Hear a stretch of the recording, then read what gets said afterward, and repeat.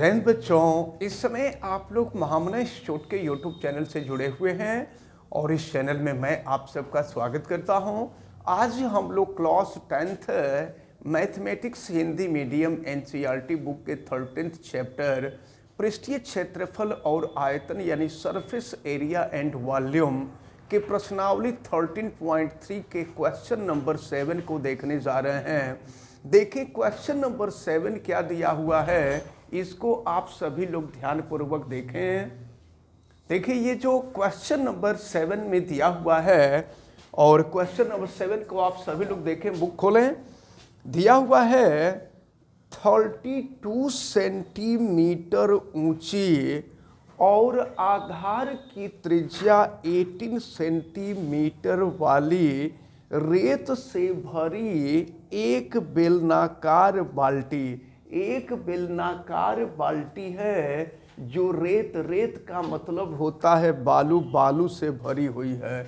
देखिए ऊंचाई दी गई है 32 सेंटीमीटर। ध्यान दीजिएगा, ये बाल्टी की जो ऊंचाई है वो 32 सेंटीमीटर है और आधार की त्रिज्या ये दिया हुआ है 18 सेंटीमीटर। और जानते हैं ये बेलन के आकार की बाल्टी है, तो ऊपर से पकड़ने के लिए उसमें कड़ी लगी हुई है पकड़ के ले जाने के लिए।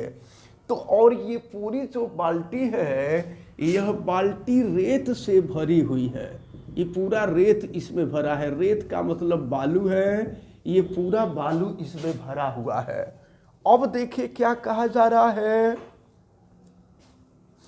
इस बाल्टी को भूमि पर खाली किया जाता है। मतलब इस पूरे बाल्टी में बालू भरा हुआ है और उस बालू को ले जाकर के कहीं उड़ेल दिया जा रहा है, गिरा दिया जा रहा है। तो जब उस बालू को गिरा देंगे ना, तो बालू जमीन पर ऐसे ही फैलता है और फैल करके वो शंकु के आकार का हो जाता है। ये बालू यहाँ फैल करके शंकु के आकार का हो गया, ये फैल गया है। इसको खाली कर दिया गया है और ये यहाँ आकर के पूरा फैल गया है। अब देखें, इस रेत की एक शंक्वाकार ढेरी बनाई जाती है। ये शंकु के आकार का रेत जब गिराया जाता है बाल्टी में से, तो यह शंकु के आकार का हो जाता है।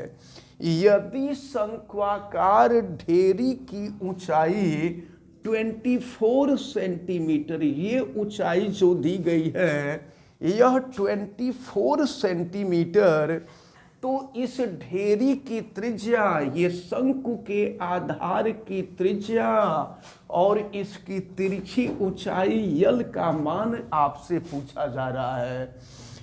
देखिए एक काम करते हैं, हम बेलन की ऊंचाई को कैपिटल एच मान लेते हैं बेलन के लिए। यहाँ बल्कि हम नोट कर लेते हैं बेलन के लिए। तो देखिए बेलन की ऊंचाई को हम कैपिटल एच मानते हैं और यह आपको दिया गया है 32 सेंटीमीटर। और बेलन की आधार की त्रिज्या को हम कैपिटल आर मान लेते हैं। ये कैपिटल आर आपको दिया हुआ है 18 सेंटीमीटर। और जरा आप ध्यानपूर्वक देखें, और यहाँ पर अगर हम शंकु के लिए देखें, अच्छा हम एक बात जरा ध्यान समझिए, इस पूरे बाल्टी में रेत भरा हुआ है और यह रेत यहाँ गिरा दिया गया है तो शंकु बन गया है।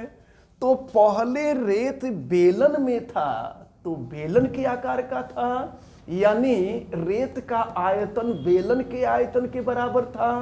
और यही जब गिरा दिया गया तो शंकु बन गया। तो अब वही आयतन यहाँ पर जो रेत भरा हुआ था, यही रेत अब शंकु में कन्वर्ट हो गया है। तो जो रेत यहाँ था वही रेत यहाँ था। इसका मतलब ये हुआ कि यहाँ पर बेलन का जो आयतन होगा शंकु के आयतन के बराबर होगा। तो हम बेलन का आयतन देख लेते हैं। बेलन के आयतन को अगर हम भी से प्रदर्शित करें तो आपको मालूम है बेलन का आयतन होता है पाई आर स्क्वायर एच। बेलन का आयतन निकल गया।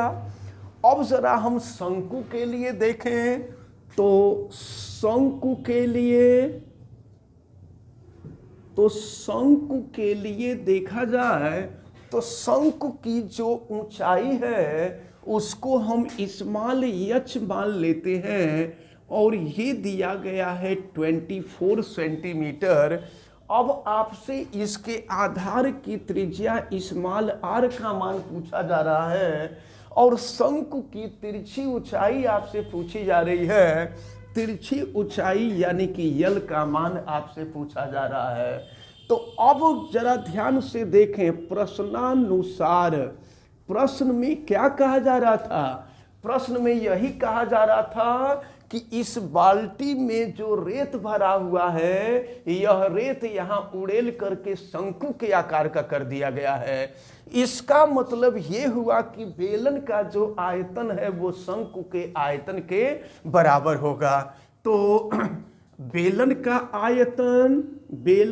आयतन पाई आर स्क्वायर एच और शंकु का आयतन होता है 1/3 पाई और शंकु की त्रिज्या को स्मॉल आर माने हैं तो ये आर स्क्वायर और उसकी ऊंचाई को स्मॉल एच माने हैं। चलिए अब हम यहाँ पर सबकी वैल्यू रखते एक काम कर देते हैं। देखिए पाई इधर भी है पाई इधर भी है, पाई से पाई कैंसिल हो जाएगा। अब हम सबकी वैल्यू रखते हैं। कैपिटल आर की वैल्यू 18 है तो आर का स्क्वायर देखिए आर का स्क्वायर है तो यहाँ हम कर देंगे 18 × 18 हो जाएगा और इसकी ऊंचाई कैपिटल एच दिया हुआ है और ये आपको दिया है 32 = 1/3 स्मॉल आर स्क्वायर। सबसे पहले ये जो शंकु है ना शंकु के आधार की त्रिज्या निकालें और फिर एच आपको दिया हुआ है एच की वैल्यू 24 सेंटीमीटर दिया हुआ है। तो देखें पहले तो हम एक काम कर लें 3 से इसको कटा दें तो ये 8 हो जाएगा। तो जानते हैं क्या किया जाए। सबसे पहले स्मॉल आर यानी स्मॉल आर का मतलब क्या शंकु के आधार की त्रिज्या ज्ञात करें और प्रश्न में आपसे पूछा है शंकु के आधार की त्रिज्या पूछी गई है और तिरछी ऊंचाई पूछी गई है। तो चलिए हम पहले आर स्क्वायर का मान निकालें तो 8 इधर आ जाएगा। तो चलिए आर स्क्वायर बराबर देखिए आर स्क्वायर बराबर क्या हो जाएगा 18 × 32 अपान हो जाएगा 8। अब 8 से कटा दिया जाए तो 8 से कटाएंगे तो ये हो जाएगा 8 चौका 32। अब यहाँ देखिए हम आर का मान निकालते हैं तो स्क्वायर बराबर के दूसरे तरफ जाएगा तो अंडर रूट हो जाएगा। अब ये अंडर रूट जरा देखिए हम थोड़ा सा परिवर्तन करते हैं। ये 18 है ना 18 को 2 × 9 लिख दें ताकि इसका गुणन इसका जो है वर्गमूल हम आसानी से ले सकें। तो 18 को हम लिख देंगे 2 × 9 और ये भी 18 है इसको हम लिख देंगे 2 × 9 और यहाँ पे 4 है। अब हम इसका वर्गमूल निकालेंगे। देखिए सामने देखें 2 × 2 का वर्गमूल निकाल देंगे 2 होगा और 9 × 9 का वर्गमूल निकाल देंगे 9 होगा और फिर ये 4 का वर्गमूल 2 होगा। गुणा कर दीजिए तो 2 दूना 4 और 9 चौका 36 ये हो गया 36 सेंटीमीटर। तो आपसे यही पूछा जा रहा था कि यहाँ पर ये जो जब इस रेत को जब उड़ेल दिया जाएगा तो ये शंकु के आकार का हो जाएगा। तो शंकु के आधार की त्रिज्या कितनी होगी। तो शंकु के आधार की त्रिज्या हम लोगों ने देखा 36 सेंटीमीटर हो गई। अब जानते हैं तिर्यक ऊंचाई पूछा जा रहा है स्मॉल यल का मान पूछा जा रहा है। तो हम यहाँ पे पाइथागोरस का प्रमेय अप्लाई कर देंगे। कर्ण का वर्ग बराबर लंब का वर्ग धन आधार का वर्ग। तो चलिए L square is equal to होता है H square plus R square तो हम यल की वैल्यू अगर निकालें तो स्क्वायर बराबर के दूसरे तरफ जाएगा तो करड़ी हो जाएगा, अंडर रूट हो जाएगा। तो अब देखें यच की वैल्यू क्या है, 24 है। तो अब ये हो जाएगा आपका 24 का स्क्वायर, और स्मॉल आर की वैल्यू हम लोग निकाल चुके हैं, ये है 36 का स्क्वायर। देखिए अब एक तरीका तो ये है कि 24 का स्क्वायर करें, 36 का स्क्वायर करें और स्क्वायर करके दोनों को जोड़ लें, और एक आसान तरीका हम यहीं पे फैक्टर कर देंगे तो आसानी से हो जाएगा। देखिए कैसे हो जाएगा, ये जो 24 है, 24 को 2 गुणे 12 लिख सकते हैं, 2 गुणे 12 का स्क्वायर, और ये जो 36 है, 12 से 36 होता है, तो इसको हम लिख सकते हैं 3 गुणे 12 का स्क्वायर। अब अगर इसको हम अलग अलग कर दें, चलिए यहाँ हम कर देते हैं, अगर अलग अलग कर दें तो फिर क्या हो जाएगा, देखिए 2 का वर्ग अलग कर देंगे, 12 का वर्ग अलग कर देंगे, तो 2 का स्क्वायर इंटू 12 का स्क्वायर। इसी तरह से यहाँ पर अगर हम देखें तो 3 इंटू 12 है, तो यहाँ पे कर देंगे 3 का स्क्वायर इंटू 12 का स्क्वायर। इस तरह से थोड़ा सा आसान हो जाएगा ये आपको करना। अब यहाँ पर देखिए 12 का स्क्वायर यहाँ भी है, 12 का स्क्वायर यहाँ भी है, दोनों में से 12 का स्क्वायर हम बाहर निकाल लिए, तो देखिए क्या हुआ, यहाँ 2 का वर्ग बचा और यहाँ 3 का वर्ग बचा। तो 2 का वर्ग कर देंगे तो 4 हो जाएगा, और 3 का वर्ग कर देंगे तो 9 हो जाएगा, और 9 4 13 हो गया। तो अब देखो यल बराबर, जरा देखिए ये 12 का स्क्वायर है, 12 स्क्वायर का वर्गमूल लेंगे तो 12 हो जाएगा, 12 स्क्वायर का मतलब 12 इंटू 12, तो इसका वर्गमूल ले लेंगे तो 12 हो जाएगा, और अंडर रूट हो जाएगा 13 सेंटीमीटर। तो आपसे प्रश्न में यही पूछा जा रहा था कि ये जो शंकु बनेगा, इस शंकु के आधार की त्रिज्या कितनी होगी। तो शंकु के आधार की त्रिज्या आपने देखा है 36 सेंटीमीटर, और फिर आपसे पूछा जा रहा था कि इसकी तिरछी ऊंचाई कितनी होगी। तो इसकी तिरछी ऊंचाई आपने देखा है 12 अंडर रूट 13 सेंटीमीटर। देखते हैं क्वेश्चन नंबर 8 को। 6 मीटर चौड़ी और 1.5 मीटर गहरी एक नहर। तो नहर जो होती है, नहर आप सभी लोग देखे होंगे, कैनाल, ये नहर जो है घनाभ के आकार की होती है। इसमें इसके अंदर से पानी होकर के बहता है। भाई आप इसको जो है बड़ी बड़ी नाली मान सकते हैं, ये घनाभ है, ये नहर है, इसी नहर से होकर के पानी जा रहा है। देखिए क्या दिया हुआ है, 6 मीटर चौड़ी, इसकी चौड़ाई दी गई है 6 मीटर, 6 मीटर चौड़ी और 1.5 मीटर गहरी, गहराई कहें या ऊंचाई कहें, ये आपको दिया गया है 1.5 मीटर गहरी। एक नहर में पानी 10 किलोमीटर पर आवर, देखिए यहाँ पर 10 किलोमीटर पर आवर के वेग से इसमें पानी बह रहा है, पानी बह के जा रहा है। तो 10 किलोमीटर पर आवर का मतलब क्या, 10 किलोमीटर प्रति घंटा, यानी 1 घंटा में यह पानी 10 किलोमीटर की दूरी तय कर ले रहा है। पानी इतना तेज बह रहा है। तो अब देखें इसमें जो दिया हुआ है आगे, इसको देखा जाए तो अब देखें ये 6 मीटर है और ये जो है 10 किलोमीटर पर आवर है। 30 मिनट में यह नहर कितने क्षेत्रफल की सिंचाई कर सकेगा। अब जरा देखिए, इस नहर से जो पानी गिर रहा है वह पानी खेत में जाकर के गिर रहा है। देखिए ये खेत में जाकर के गिर रहा है। तो खेत में जब पानी गिरता है तो खेत में पानी ऊपर ऊंचाई तक उठ जाता है, तो उठ जाता है तो पानी के साथ यह भी एक प्रकार के घनाभ के ही आकार का हो जाएगा। तो अब जरा ध्यान पूर्वक देखें, 30 मिनट में यह नहर कितने क्षेत्रफल की सिंचाई कर पाएगी, जबकि सिंचाई के लिए 8 सेंटीमीटर गहरे पानी की आवश्यकता है। खेत में लगा हुआ पानी है और पानी की जो गहराई आपको दी गई है वो 8 सेंटीमीटर दी गई है। अब जरा हम लोगों को ये देखना है कि 30 मिनट में आपसे पूछ रहा है, 30 मिनट माने आधा घंटा, हम लोग देखें कि 30 मिनट में पानी का कितना आयतन खेत में जाएगा, और ये देखिए कि 30 मिनट में खेत का आयतन क्या होगा। तो 30 मिनट में नहर से जितना पानी गिरेगा खेत में उतना ही पानी रहेगा।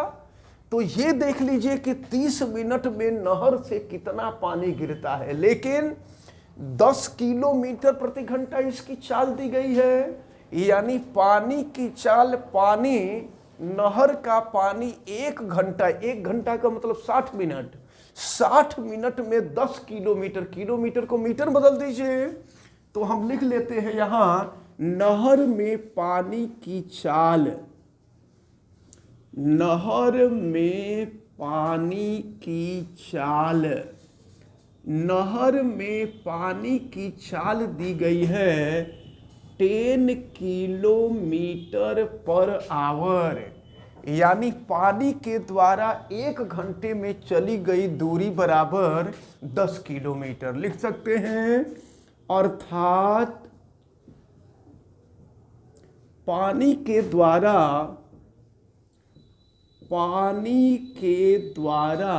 1 घंटा, 1 घंटा का मतलब 60 मिनट, 60 मिनट में चली गई दूरी, 60 मिनट में चली गई दूरी बराबर 10 किलोमीटर। ये देखिए 10 किलोमीटर को मीटर बदल दीजिए तो 1 किलोमीटर बराबर 1000 मीटर होता है।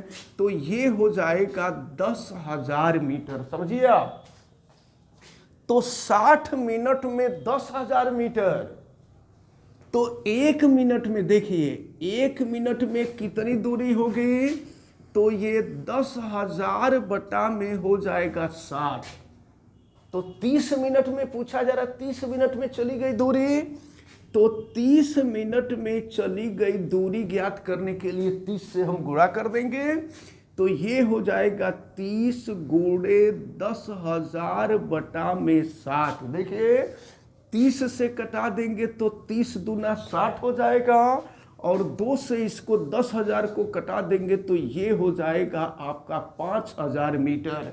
तो जानते हैं 30 मिनट में नदी के जल द्वारा तय की गई जो दूरी होगी वो 5,000 मीटर होगी।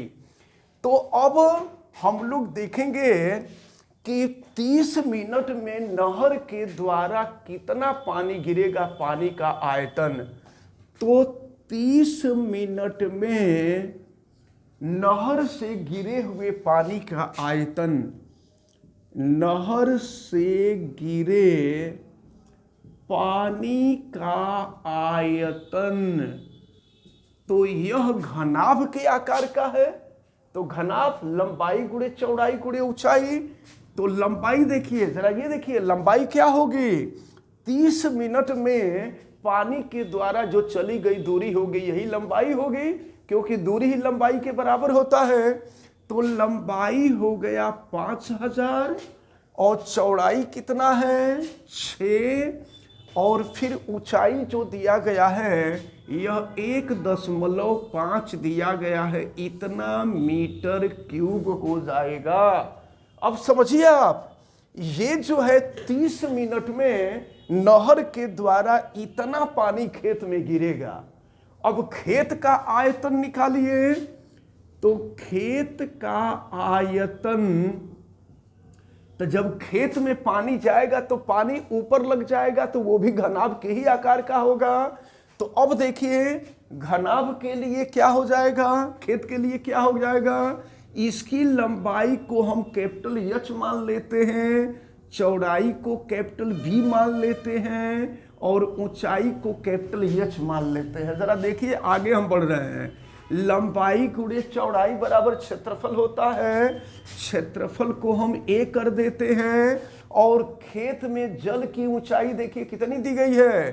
खेत में जल की ऊंचाई 8 सेंटीमीटर। तो 8 सेंटीमीटर को मीटर में बदल दें, क्योंकि ये सब मान मीटर में लिया गया है। तो सेंटीमीटर को मीटर में बदल देंगे तो ये हो जाएगा बटा में 100, क्योंकि 1 मीटर बराबर 100 सेंटीमीटर होता है। तो सेंटीमीटर को मीटर में कन्वर्ट कर देंगे, 100 से डिवाइड कर देंगे तो ये हो जाएगा 100 मीटर क्यूब। अब देखिए जरा ध्यान से, ये जो आपने देखा है ये निकला है नहर के द्वारा खेत में गिरे हुए पानी का आयतन, वो भी 30 मिनट में। और ये क्या है, खेत में लगा हुआ पानी का आयतन। तो नहर से जितना पानी जाएगा खेत में उतना ही पानी लगेगा। इसका मतलब ये हुआ कि ये दोनों आयतन आपस में बराबर हो जाएंगे। और जब दोनों आयतन को हम आपस में बराबर कर देंगे तो फिर देखिए a into 8/100 is equal to ये हो जाएगा आपका 5000। और फिर देखें तो अगर यहां देखें इसमें अगर हम गुणा कर दे, देखो 15 छक्का 90 होता है, सॉरी हाँ ठीक तो है, 15 छक्का 90 होता है। तो अब जो है दशमलव का 1 अंक काट देंगे तो 9 हो जाएगा। तो ये हो गया आपका 9। देखिए 5000 गुणे 9। तो क्षेत्रफल आपसे पूछा जा रहा है, तो क्षेत्रफल a का मान ज्ञात करने के लिए देखें क्या करेंगे, 5000 गुणे 9 और फिर यहाँ पर 100 का तिर्यक गुणा हो जाएगा, ऊपर चला जाएगा और ये 8 नीचे आ जाएगा। और फिर आप जो है इसको चाहे तो कटा सकते हैं, कटा दीजिए। अगर इसको हम कटा दें 4 से कटा दीजिए, तो 4 से कटाएंगे तो 4 दूना 8 हो जाएगा। और इसको हम कटा देंगे तो 25 चौका 100 हो जाएगा, 25 हो गया। फिर 2 से इसको कटा दें, 2 से इसको कटा देंगे तो ये हो जाएगा 2500। अब यहाँ पर एरिया गुणा कर दीजिए आप जरा, तो 25 में 25 का गुणा कर देंगे 625 हो जाएगा, 625। और देखिए ये हो जाएगा 2 0 यहाँ आ जाएगा, 2 0 आ गया। और फिर अभी इसमें 9 से गुणा होगा, ये हो गया 9। तो 9 से गुणा कर दीजिए, फिर क्या मिल रहा है, तो 2 0 तो रहेगा ही। और फिर ये हो जाएगा आपका 9 5 45, 5 हो जाएगा, कैरी 4। और फिर ये हो जाएगा हाँ 9 दूना 18, 18 4 22 के 2 हो जाएगा। फिर हासिल हो गया 2 और फिर हो जाएगा 6 9 54 और 54 2 हो जाएगा 56। तो इतना मीटर स्क्वायर यह क्षेत्रफल मिलेगा खेत का। तो इस प्रकार ये जो दोनों क्वेश्चन थे, दोनों क्वेश्चन हालांकि टफ नहीं थे लेकिन थोड़ा सा आप लोगों को कठिन लगा होगा। इसको आप बिल्कुल अच्छी तरह से तैयार कर डालिएगा। क्वेश्चन नंबर 7, क्वेश्चन नंबर 8, ये सब काफी महत्वपूर्ण क्वेश्चन हैं और हमें उम्मीद है कि ये क्वेश्चन आपको अच्छी तरह से समझ में आए होंगे। आप वीडियो को लाइक जरूर कीजिएगा और अगर आप चैनल पे नए हैं तो चैनल को सब्सक्राइब भी कर लीजिए, बेल आइकन को भी प्रेस करें। और अगर किसी प्रकार की कोई दिक्कत समझ में आती है तो आप हमें कमेंट करके जरूर बतावें और वीडियो को मैक्सिमम स्टूडेंट तक शेयर करें। आप सभी लोगों का बहुत बहुत धन्यवाद। जय हिंद।